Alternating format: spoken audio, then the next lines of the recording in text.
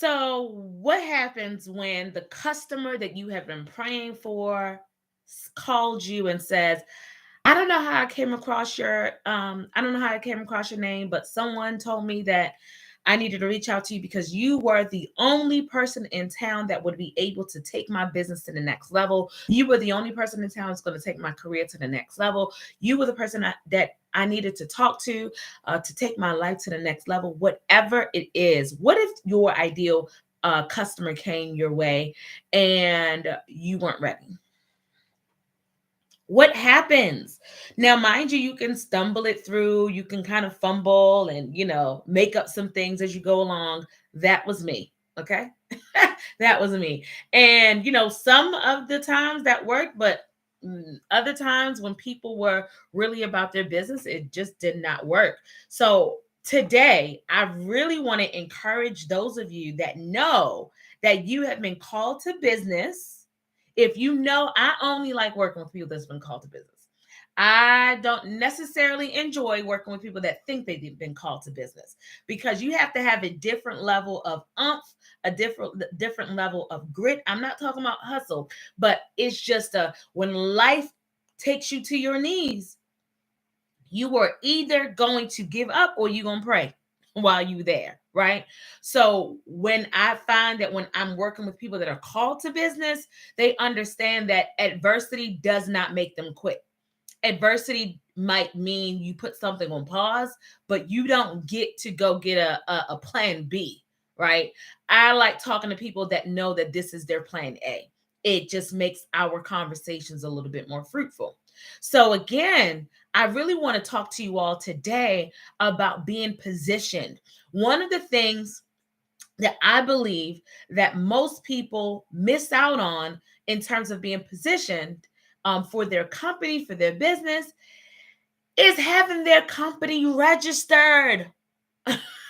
Right? So again, I am no accountant. You want to talk to whoever does your taxes, whoever's going to be doing your taxes to figure out what's the best way because you don't always have to create a company name. And I do know that there's some people who are working full time, working for certain organizations where you literally cannot go start your own company without letting them know because you just can't work another job. There's so many different clauses. So for those of you that are in those boxes and you are called to business, you're going to have some decisions to make. Okay, so whether you are a silent partner somewhere where you are supporting somebody else's business, but it's not something that you're going to be able to just not do, right?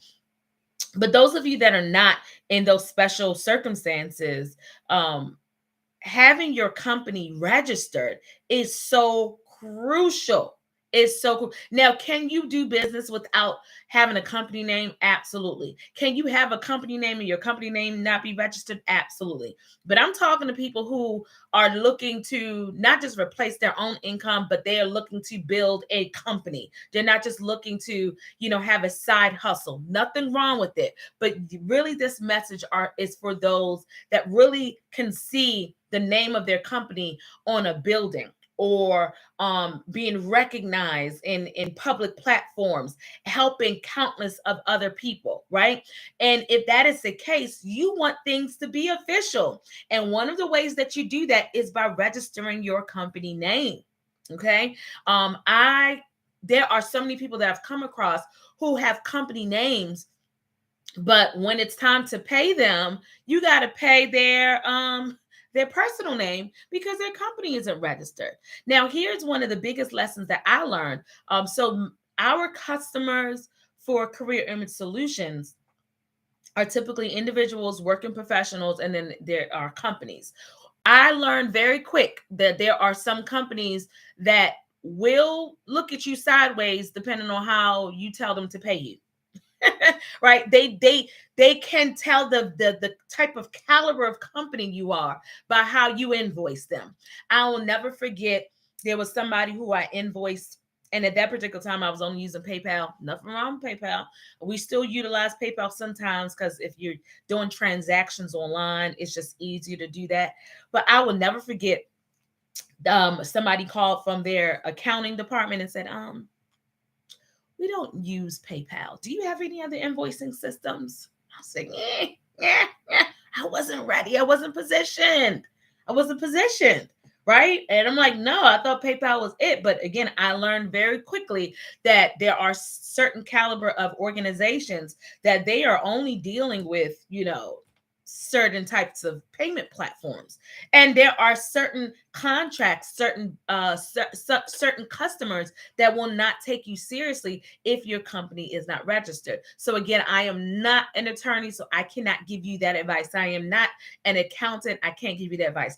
I'm just a girl who has been in HR for a whole lot of years and decided to turn my HR skills into a profitable business. That's just who I am. And along the way, I've learned a lot of lessons that now I'm trying to teach others, to not make some of those same mistakes that I've made that cost me a whole lot of money. I want you to make some mistakes, but they don't have to be those really basic ones, especially when we're talking about getting your company registered, being official.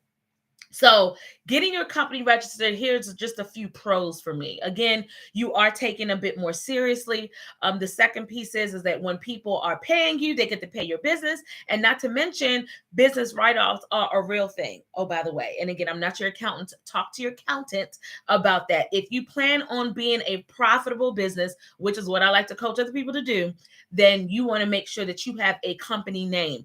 You will be shocked at your tax at your the outcome of your taxes if you continue to let people pay you. I don't do stuff under the table either, right? So when people say, oh, you could just pay me on Cash App, we don't do Cash App. Hopefully you all are not doing Cash App either, right? Oh, you could pay me on anyway, there's just a whole lot of things. I'm not dinging any of those things. Everybody has to start somewhere. But I'm talking to those that are called to business. Okay. I want to make sure I'm clear. I'm talking to those that are called to business, that are moving beyond a side hustle. Those that are like, hey, I'm trying to replace my job, not just my income. I'm trying to build retirement with what I do in business. I'm trying to hire. I'm called to scale. Right? I'm called, whatever that is. That's who I'm talking to. So there's a little a difference in my vernacular, because that's who I'm talking to. But if you do not have your company registered and you are functioning in business, you want to reconsider that. And again, there are valid reasons why some people cannot register their company. So I am not naive to that. There's a whole lot of reasons why people may not register their company. And again, talk to your accountant, talk to your attorney about those things. But if you don't fit in one of those categories where it impacts you, it impacts your livelihood, get your business registered, please. Right, get your business registered. In fact, I'm getting ready to make a really hard rule, probably sometime at the end of this year or mid-year, that we won't even work with independent contractors unless they have their own company. If you don't have your own company, because for any of you watching that have an HR background, you know that there's a fine line between independent contractors and employees, right? So it behooves me to hire someone who has a company name. So when we are providing you with 1099s at the end of the year, we're not paying individuals, we're paying companies. So even if we were audited, right, the chances of you thinking that that person was an employee versus an independent contractor, the chances of the IRS thinking that is slim, right? Because they have a company name. Right. So again, there's just so many reasons why, if you are called to business and you are operating in business and again, that you are called, so many reasons why you definitely need to register your company name. Now, here's the thing that got me stuck when I didn't register my company at first. First of all, I thought that register my company meant that I had to use that company name for everything. And it is not true. Meaning your company name, you can register your company name with the state as Red Shirt Company. Literally, that could be the name of your company, right? Red Shirt Company. However, you can advertise. Let's say you had a social media business page.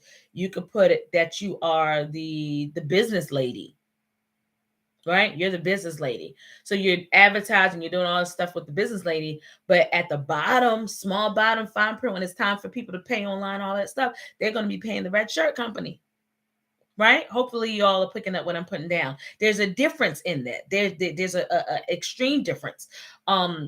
So again, another thing that got me really caught up is that I was afraid of taxes. I still am sometimes, but I'm learning. I'm getting better. But the more income you make, the more you better know about some taxes. Okay. Hire yourself somebody that's really good with taxes, but you need to know too. But another thing that got me really caught up was just like, man, I'm gonna, have to. I just thought it was gonna be this whole big ordeal, which it can be, but it's worth it at the end of the day, right? Then another thing that I thought was like, oh, well, I don't even have many clients yet. I'm not making a lot of money. Do I really need to register my business? And again, there's different schools of thought. There's some people that say, oh, just go ahead and get some clients and you don't have to register your company right away, because I know, like, for example, in the state of Maryland, when you register your company name, you have to pay $300 every year, right? For your company name to be active and registered and so on and so forth. So there's some strategy because it's by calendar year. So there's some strategy, meaning if you plan on registering your company at the end of the year, you might want to go ahead and wait till the beginning of the year so you don't have to pay, twice. Anyway, every state, every county is completely different, but it's just something definitely to consider. And I thought that I was too small, like, oh, I don't need to do that. I don't need to do that. But again, that's why I keep saying that I am talking to people that are called to business. Okay. Hello, those of you that are watching live. If you have any questions about registering your company, registering your business, I will try my best to answer. But again, I'm not an attorney. I am not an accountant, but I've just done a whole lot of this stuff, right? And helped a whole lot of people do the same. So again, registering your company is absolutely essential if you really want to be taken seriously. And it's one of those things about position, because if you are called to business, you know that you must be positioned to do certain things. You can't say that I want to have a lemonade stand and not have any lemonades. Where is the lemonade going to come from? It's not going to come from the sky. Okay. So God gave you the idea to have a lemonade stand, but you ain't getting no lemons. Where are the lemons? Where are the lemons? No. Right? The reality is that you must be positioned, you must be prepared for the very thing that you say that you want to have. So again, I'm talking to those that are called to business. If you are called to business, there are certain things that you must have in place. Those of you that have taken my 6-week or 7-week course in the past, which, by the way, I am not doing this year unless the Lord makes me doing, but I am not doing any of the 6 or 7-week courses this year. I'm literally just honing in and helping the other entrepreneurs get what they need to get this year. I'm totally just focused and committed on that. But all of the previous people that went through the cohort, they'll tell you that's one of the things I talk about in the first 3 sessions is getting your company registered. Because if you are called to business, there's no way that you end up working with me that by the end that you're not going to have a client. That's just not going to happen. So you're going to talk to somebody, and when they are ready to work with you, you do not want to say, oh, well, I don't have a business name yet. Can you wait a few weeks? What? Right? You don't want to be that person. So be positioned for the thing that you say that you want. Does that make sense? Be positioned. If somebody's even watching live, if you could just go ahead and put that in the chat or even a replay, be positioned for the thing that you say that you want. So if you say that you want business, your business needs to be registered. I want to give you a few resources for those that have not registered their companies for to the company I used years ago was Direct Incorporated.